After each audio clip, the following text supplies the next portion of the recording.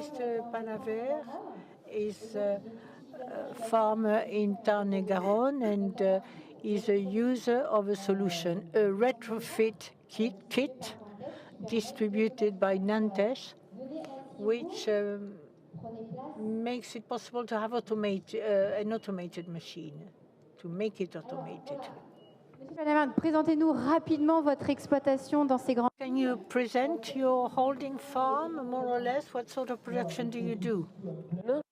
So we're on a plain, and it's a property of 112 hectares in one plot, one area, and it's mostly covered with apple trees.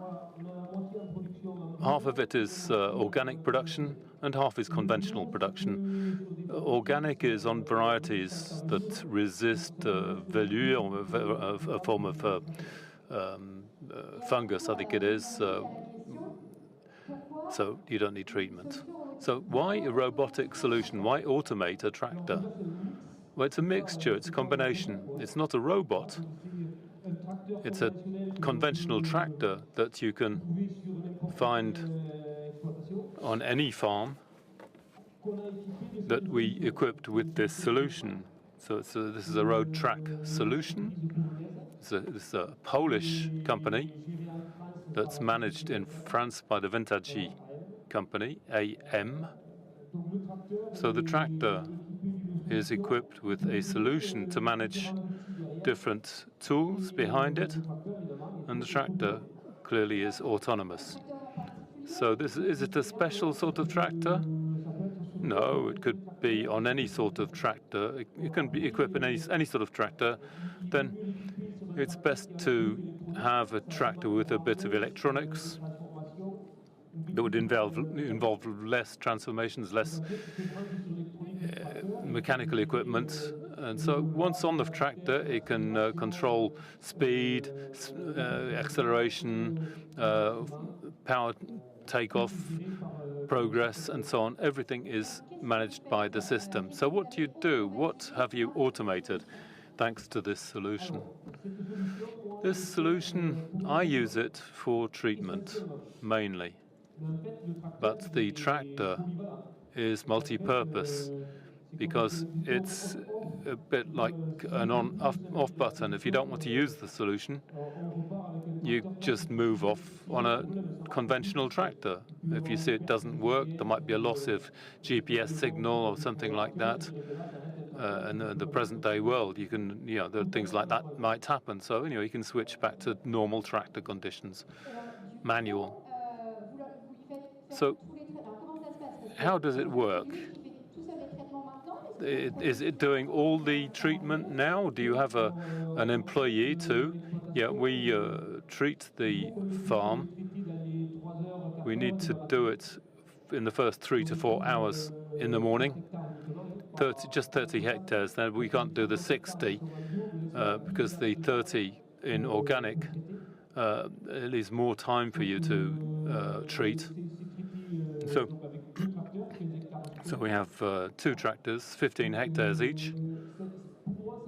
So this choice was more a question of comfort to make up for possible employee absenteeism, because we've got an employee who's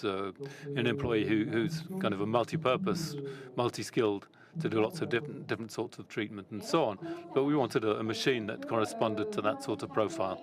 So do you get the tractor started and it goes all by itself? No, you need a lot of work upstream to get it going. It's not really a robot. It just works with GPS, with RTK, to within a centimeter of accuracy. You need to look at the path of the tool, which means that you need to be fairly well organized, strict in the way you organize things. The first year we tried it out, it took us a while to set the tractor itself. We started off rather like I used to, personally, driving the tractor, treating at 8 kilometers an hour, turning. And we saw that often the tractor came to a stop. So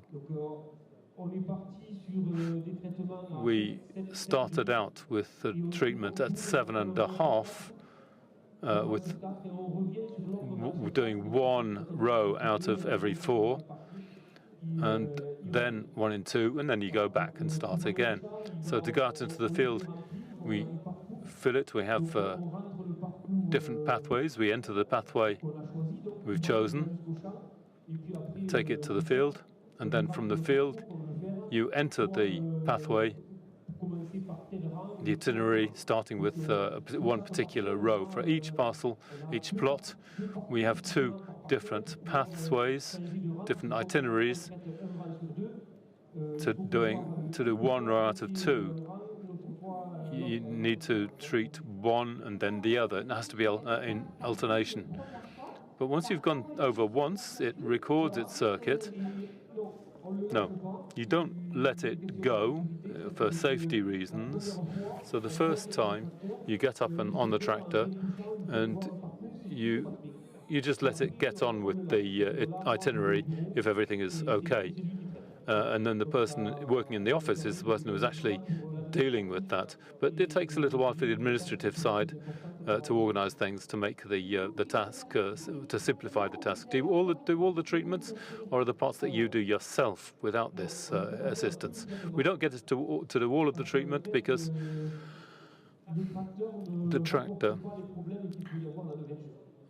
doesn't cater for all the problems that you can encounter in the orchard. You always need the eye of the tree grower. When it comes to flowering, for example, and you need to be on your tractor to see how the actual blooming is taking place. But if it wasn't for those considerations, it would work pretty much all the time. That's my particular choice, my individual choice. Out of 300 hours of treatment, it does about 150 itself. It doesn't replace you. It's just coming in to help you then. It provides you with some comfort. Yeah, comfort. Yes, it accompanies me. So it'll treat just once in conditions. I didn't have my employee here, and with 2 tractors, I managed to treat all of the 60 hectares. So it goes as fast as doing it yourself. You can do these 60 hectares with no real problem. So on your farm, did you have to adapt to it? This is an orchard which is which has grass in the aisles. Yes, once you start with a solution like this, there are various adaptations you have to make. These tools are surrounded by different security mechanisms.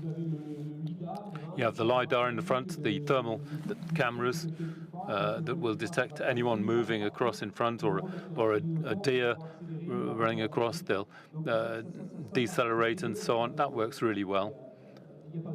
So no worries there, but it requires rather clean, organized orchards with the grass well cut correctly. But if you've got the grass which is too high, it's likely to block the tool, the progress of the tool.